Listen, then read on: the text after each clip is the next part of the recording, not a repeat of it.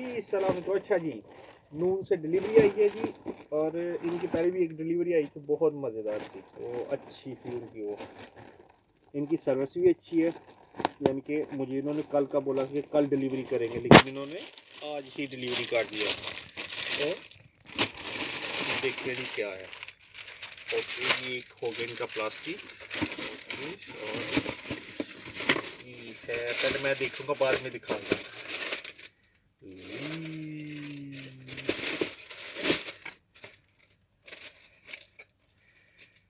लो जी, ये आ गया जी। टडन!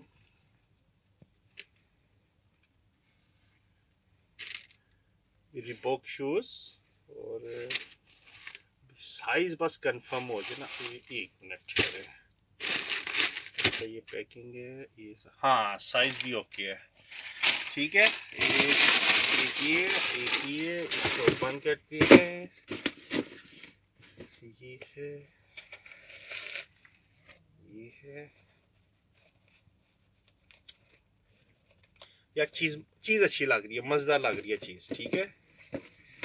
ये है जी रीबॉक। इसको कैसे वो करते हैं, ऐसे रख देता हूँ।